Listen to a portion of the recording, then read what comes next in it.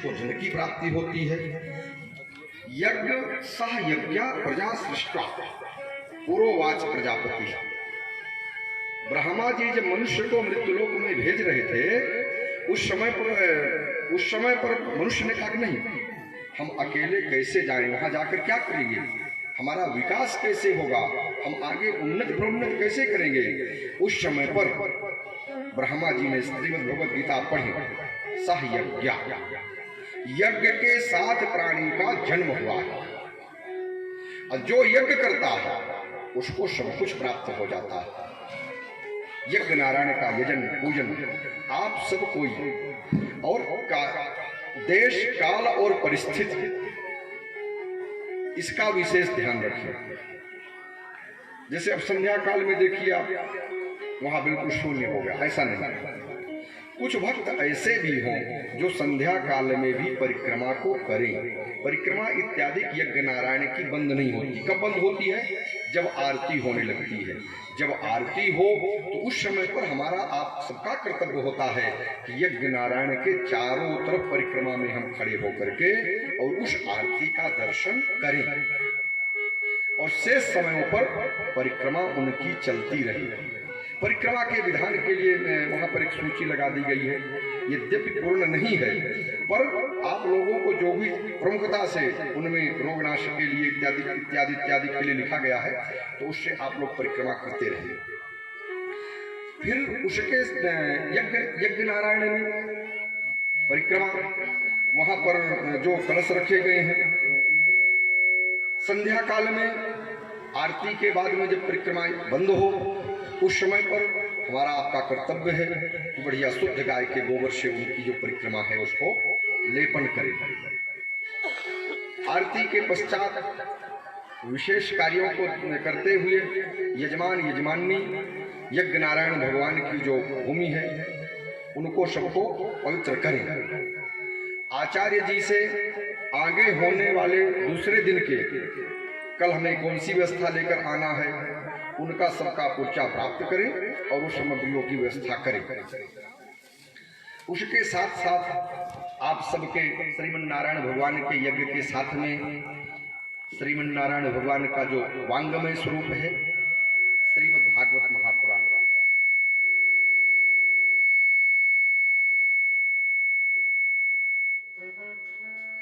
वही नहीं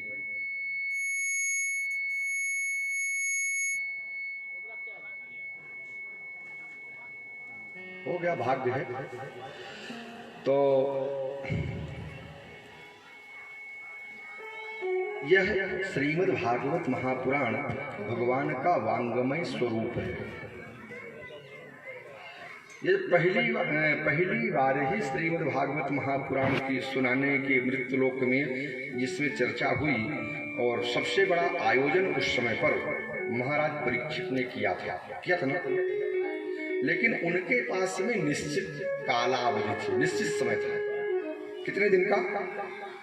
7 दिन का। कितने का था? 7 दिन का। सोचिए साधु की कितनी बड़ी कृपा हुई, महात्मा की कितनी बड़ी कृपा हुई कि वह 7 दिन का अवसर उनको दिए। ये बताओ कि यहाँ जो भी है, क्या एक क्षण का विश्वास है किसी का? कह सकता कोई कि अगला पल हमको मिलेगा? नाभादास संत हुए थे तो एक फूल का प्रसाद, एक रोटी बनाते थे और उसको भोग लगा करके पा लेते थे। उसके बाद फिर दूसरी सिद्ध करते थे, फिर पाते थे। कई बार भक्तों ने कहा कि महाराज जी जब पाते ही हो, इकट्ठा बना लो, भगवान का भोग लगा के पा लिया करो। तो वो कहते थे कि का बताओ, कोई ठिकाना है कि हम बना के रख दे तो पा पाएंगे? इसलिए बनाए और पाए। तो इतना दिव्य वो भगवान साधु का जो कृपा प्रसाद था, कितने दिन के लिए था? 7 दिन के लिए निश्चित हो गया था। और ऐसा किसी का है नहीं कि हम 7 दिन रहेंगे, कि 5 दिन रहेंगे, कि 2 दिन रहेंगे। देखो तो जा रहा सजावट वाला सब लेकर हो गया।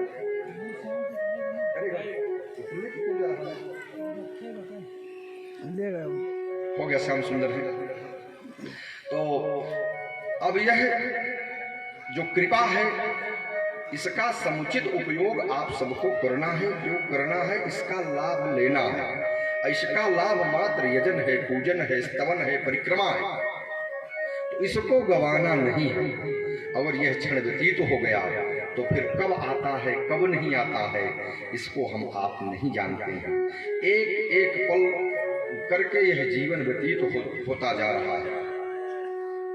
इसमें भटाटवी का वर्णन में यही ना बताया गया है कि एक मनुष्य था, प्राणी, वह एक बड़े पेड़ पर चढ़ गया, वहां चढ़ करके सुंदर फलों को पाने लगा और पाते पाते वह भूल गया कि हम वृक्ष पर चढ़े हुए हैं।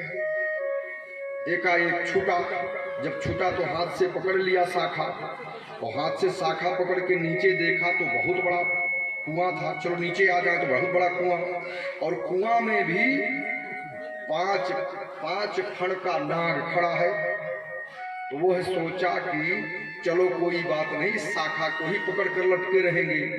तो उसको दो चूहे, एक श्वेत रंग का और एक काले रंग का, और शाखा को भी काट रहा था। ये क्या है?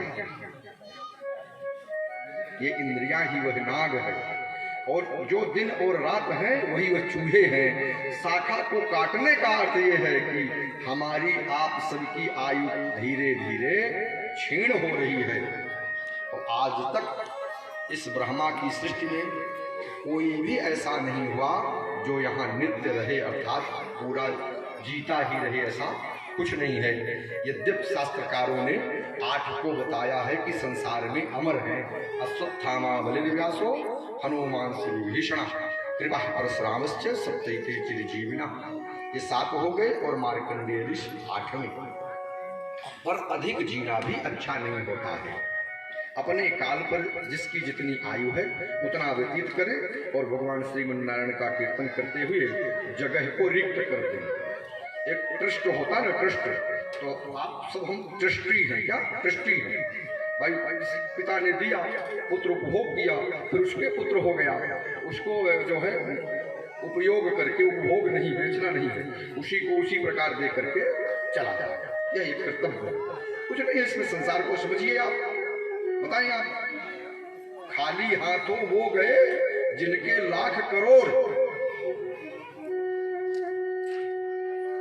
बहुत बड़ा राजा हुआ था, उसका नाम हम न लेंगे क्योंकि श्रीमद् भागवत महापुराण का मंच है।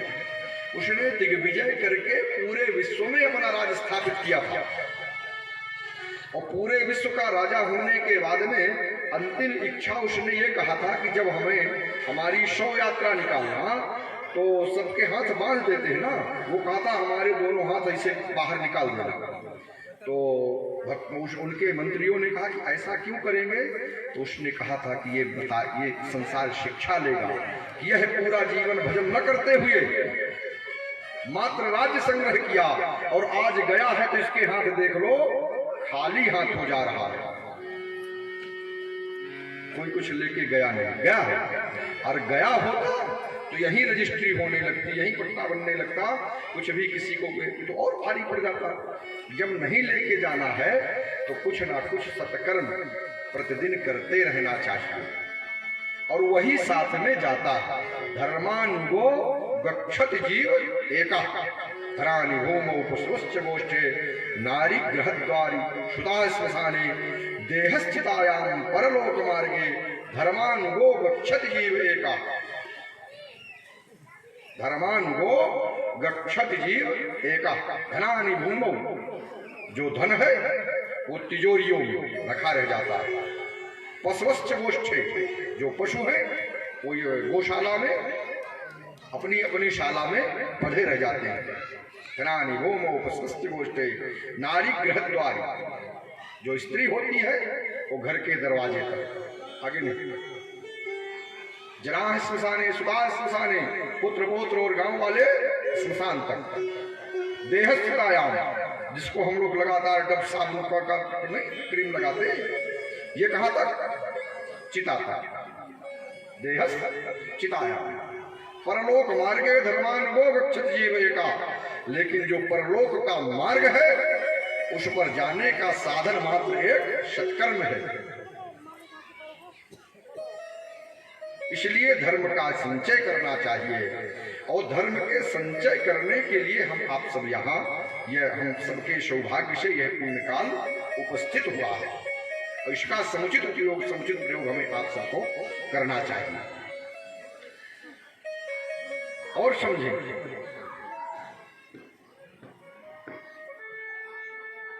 किसी भी काल में आज तक ऐसा कोई भी नहीं हुआ जिसके पास अधिक हुआ। विशेषता हमारे जो यज्ञ होते हैं ग्रामों में हुआ करते हैं। किसमें होता है? ग्रामों में। और ग्रामों में इसलिए होते हैं कि यहाँ का जो धन होता है बहुत पवित्र होता है, शुद्ध होता है। यहाँ पर ऐसा कोई दाता नहीं है जो टैक्स की चोरी करके दिया हो। है कोई? बताओ, आपके समझ में आया? नहीं आना? सब कृषक हैं जिनके नौकरी भी है तो सामान्य है, धंधे भी हैं तो सामान्य है। तो ये सब बेचारे कहीं न कहीं से अपनी व्यवस्था को पीछे करके अपने अपने बच्चों का पेट काट काट करके बेचारे देते हैं। इसीलिए इसमें दिव्यता आती है। क्या आती है? दिव्यता। और अपने अर्जित स्वयं के अर्जित धन का ही पुण्य करना चाहिए और वही पुण्य लाभ को देता है। और ग्रामों में 100% यह होता है। होता कि नहीं होता? बताइए। ऐसा कोई नहीं है जिसके पास हम लोग गए हों, जिसको चर्चा किए हों तो अपनी क्षमता से अधिक दान करने वाले हमें इस ग्राम में दिखे, मिले। और उत्साह जो रात्रि व्यतीत हो गई उसमें तो भगवान का नाम लेकर के इतना 2:30 बजे तक तो भगवान श्री रामचरितमानस का गायन हुआ। तो 3 बजे से गोविंद अपने सहधर्मिणी के साथ भारिया के साथ में परिक्रमा प्रारंभ कर दिए। श्रीमन्नारायण भगवान का कीर्तन करते हैं। कैसे कीर्तन कर रहे थे भैया बताओ तो? श्रीमन्नारायण भगवान का कीर्तन, दिव्य कीर्तन करते हुए श्रीमन्नारायण नारायण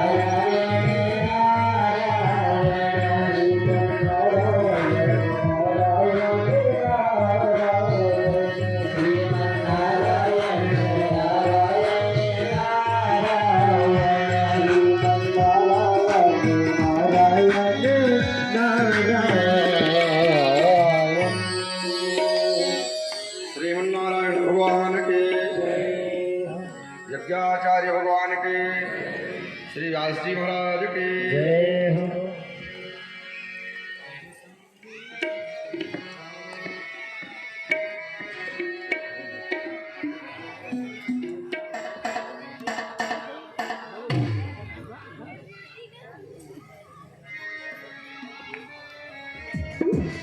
अग्नो प्रस्ताहुति सम्यक आदित्यम उत्तिष्ठतो आदित्या जायते वृष्टिर वृष्टिर अन्नः प्रजा।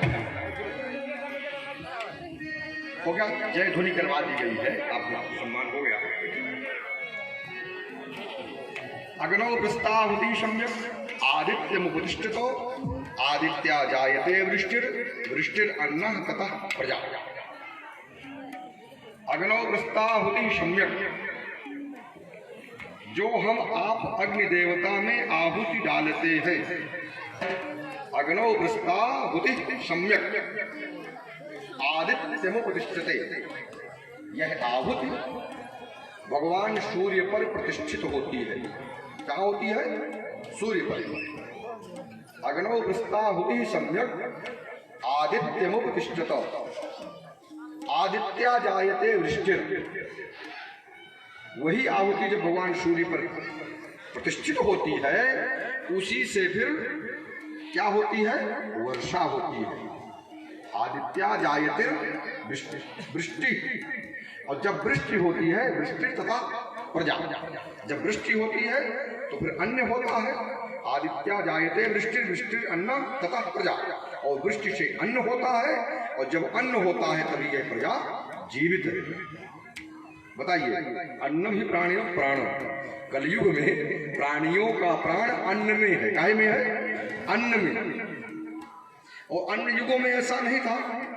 विचार करें, जब सतयुग में मनुष्य रूपा ने तपस्या किया है, अस्थि मात्र भय रहे शरीरा, मात्र अस्थियां बची थी, और अस्थियों के अंदर का जो मज्जा था उसको भी चींटियां पाली थी, लेकिन प्राण था।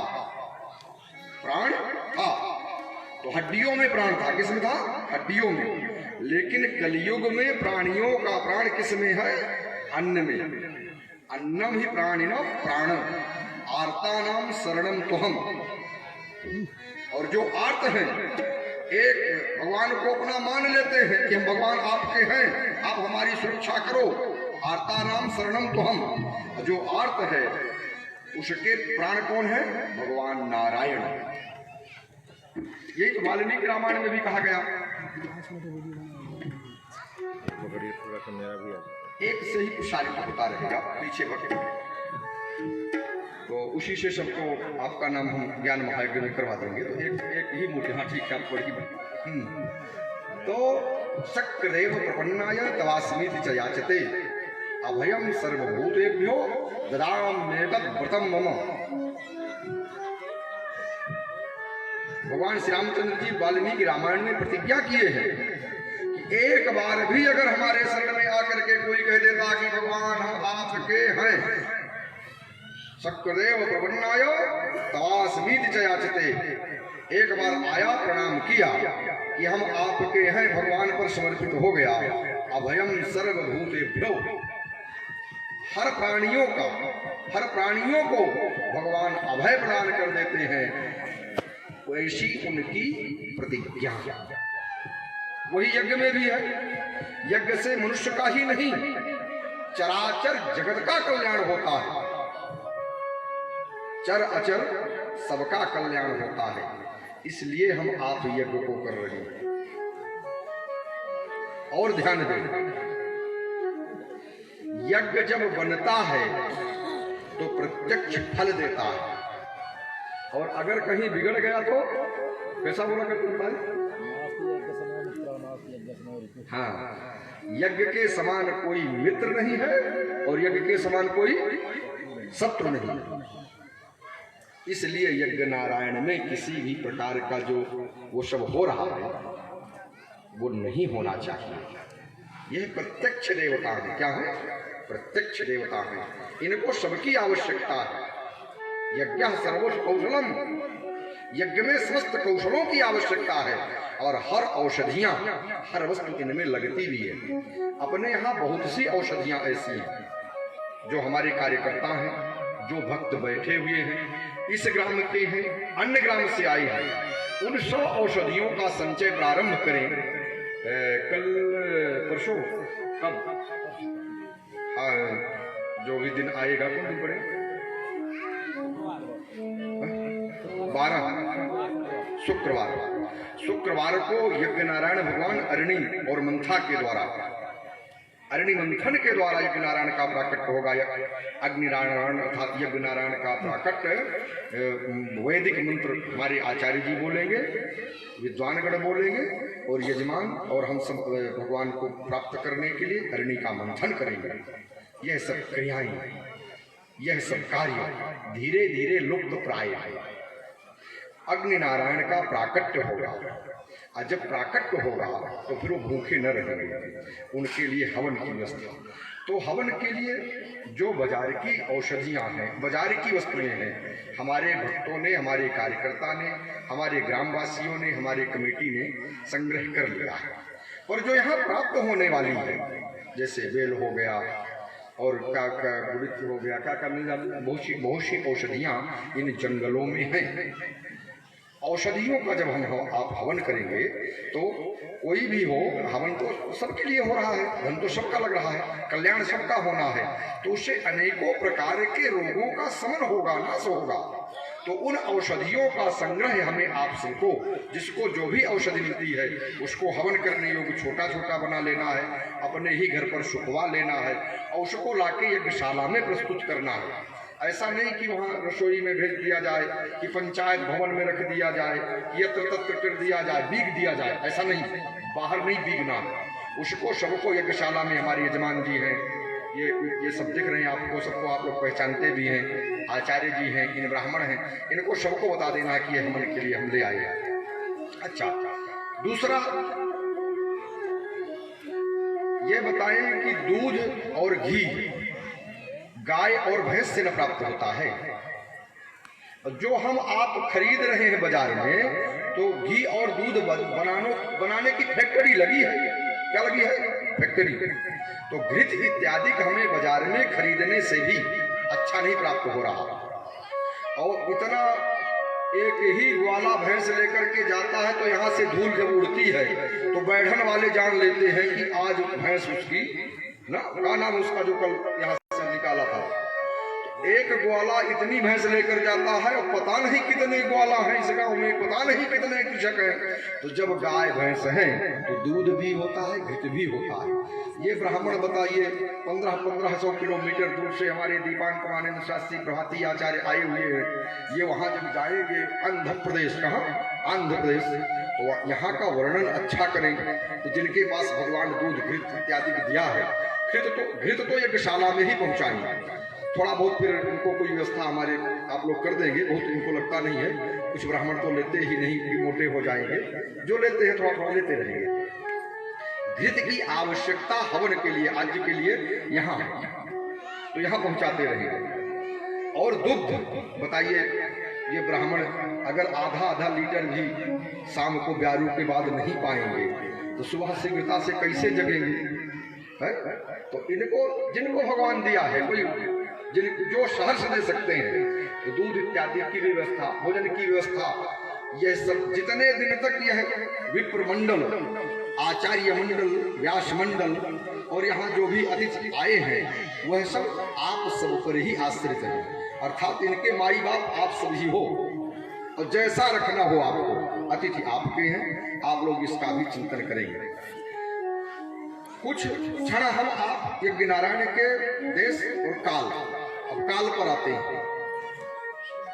तो प्रातः काल में 5:07 या 7:30 बजे तक हमारे आंध्र प्रदेश विजयवाड़ा से पधारे हुए दीपांकमानंद शास्त्री जो बता रहे थे, सबसे बड़े देश के दक्षिण भारत के मूर्धन्य विद्वान श्रीमन्नारायण चिन्ह जी स्वामी जी के कृपा पात्र दीपांकमानंद शास्त्री जी कल से प्रभाती प्रारंभ करेंगे। यह ऐसे दिव्य मंत्र हैं जिनके श्रवण मात्र से ही हमारे आपके अनेकों कष्ट पाप दुख दूर होते रहते हैं। एक दूसरा, जो हमारे यजमान हैं वो प्रातः काल जगे तो उनकी हर क्रिया चाहे स्नान करते हों, चाहे दातुन करते हों, चाहे स्वल्पाहार लेते हों, चाहे वहाँ से चल करके यज्ञशाला में आते हों, वह हर क्रिया वैदिक मंत्रों द्वारा संपन्न होगी। और उसी समय पर संपूर्ण ग्राम का कर्तव्य है कि उषा काल में, प्रातः काल में ही सब स्नान कर ले और यहाँ आए तो पवित्रता के साथ में आए, इसलिए कि पवित्रता, हिंदू धर्म में पवित्रता ही सब कुछ है। और पवित्रता गई, पवित्रता भंग हुई, वही तो यज्ञ का बिगड़ना है। तो सब फिर 7:30 बजे से हमारे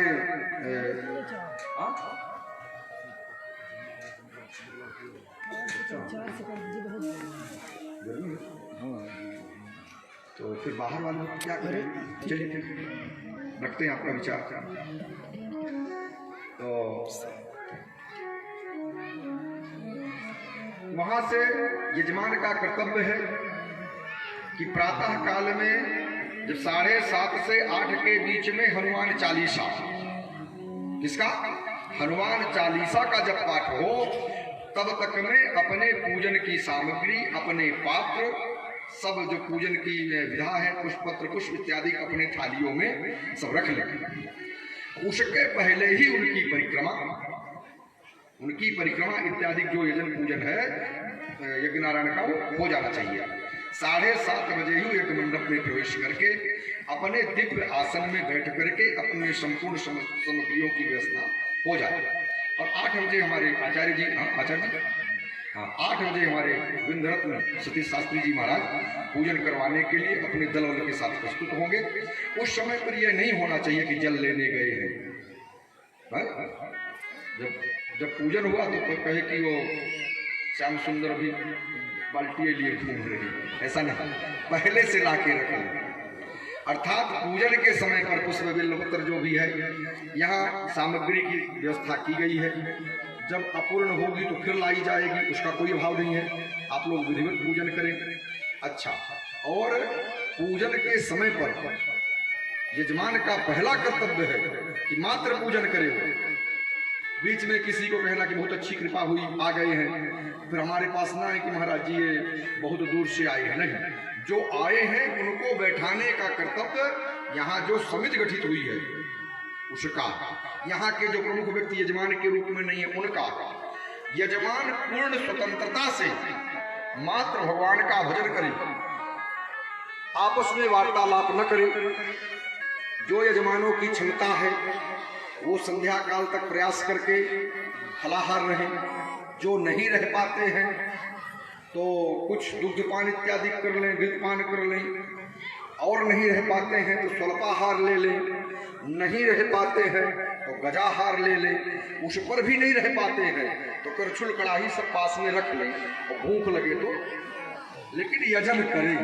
क्या करें? यजन करें। इसलिए कि तुलसीदास जी ने लिखा है, भक्ति स्वतंत्र सकल गुण सुख खानी। भक्ति स्वतंत्र है, भक्ति में किसी प्रकार का दबाव बंधन नहीं है। भक्ति स्वतंत्र सकल सुख खानी, पर बिनु सत्संग न पावई प्राणी। बिना सत्संग के वह प्राप्त नहीं होती। तो सत्संग तो प्राप्त हो गया है, अब भक्ति और प्राप्त करना है। तो जिसको जैसी भी हो थोड़ा वस्त्र इत्यादि का ध्यान रखें। यहाँ जो परिक्रमा करने आते हैं, भक्त आते हैं, बढ़िया धुले हुए वस्त्र पहन कर आए। समझा चला ना? हाँ, तो धुले हुए वस्त्र है, जल का तो अभाव है नहीं। जो कपड़ों को पहन करके नित्य कर्म करने के लिए जा रहे हैं, उन कपड़ों को यज्ञ आदि में, यज्ञ स्थल पर नहीं पहन कर आना चाहिए।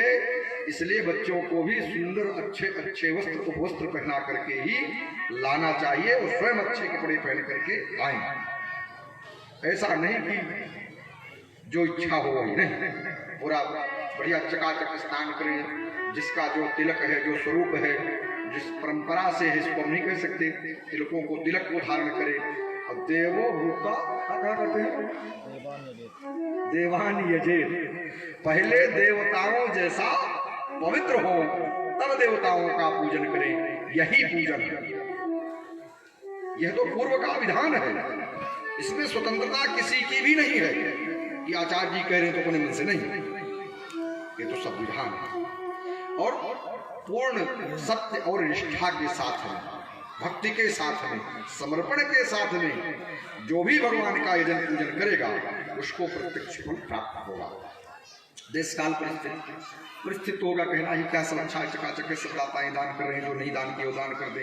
ये सब ब्राह्मण इत्यादि पहले से ही विचार में आए होंगे कि रुपया मिलेगी तो बच्चे की फीस देंगे। कोई कहा होगा सींच वाले, कोई खाद वाले, कोई यूरिया वाले, कोई प्रकार के काम रहते हैं इनके, तो इनको भी इनकी व्यवस्था के लिए हमें आपको सबको परिस्थिति के अनुसार में सब संग्रह कर लेना चाहिए। इसलिए कि व्यास की विदाई मंच पर और आचार्य की विदाई यज्ञशाला पर तत्काल की जाती है।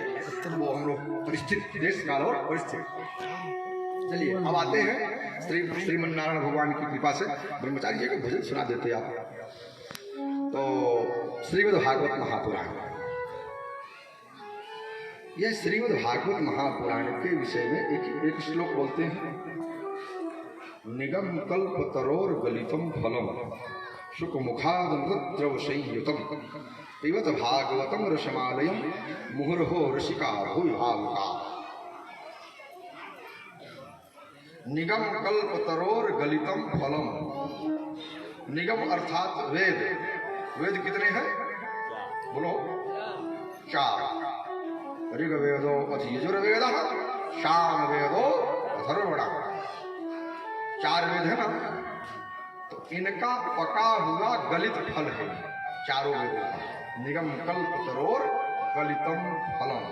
फिर शुक मुखाद मृतद्रव संयुतम, इसमें सुखदेव जी ने चोंच लगाया है, सुख ने चोंच मारा। जिस फल पर तोता सुख चोंच मार दे तो वह फल मीठा होता है, उसी में वह चोंच मारता है, या कि चोंच मार देता है तो मीठा हो जाता है। दोनों बात है। इसलिए कि हम लोग उसको पहले पाते तो है नहीं कि चोंच लगने से मीठा हो गया कि मीठा था, पर चोंच उसी में लगाता है जो मीठा होता है, और अगर नहीं होता तो हो जाता है। तो इसमें चोंच किसका लगा हुआ है? सुख मुखाद मृतद्रव संयुतम। फिर पिबत भागवतम रसमालयम। पिबत पढ़ने को नहीं, सुनने को नहीं, पिबत इसको पान करना है। क्या करना है? पान करना है। और पान किसको? पिबत भागवतम रस, इसमें रस है। रस में कुछ भी त्यागने योग्य नहीं होता, समझें आप। बनारस नहीं, तीर्थ है बनारस, बस गिलास उठाओ और पीना। चलो, कितना भी महंगा फल हम खरीद के लाएं, आम लाएं, कितने होते हैं, उनमें छिलका और गुठली निकालना पड़ता है ना, पर इसमें छिलका और गुठली नहीं है। पिबत भागवतम, श्रीमद् भागवत महापुराण को पान करना है। मोहर हो रसिका भो भावुका, यह पान करने योग्य है। इसमें एक एक अक्षर, एक एक अक्षरम पुरुषाम महापातक नाशनम, एक एक अक्षर पाप नहीं, महापाप को नाश करने वाले हैं। अब एक सुंदर भजन सुनाते हैं हमारे ब्रह्मचारी जी। मैहर से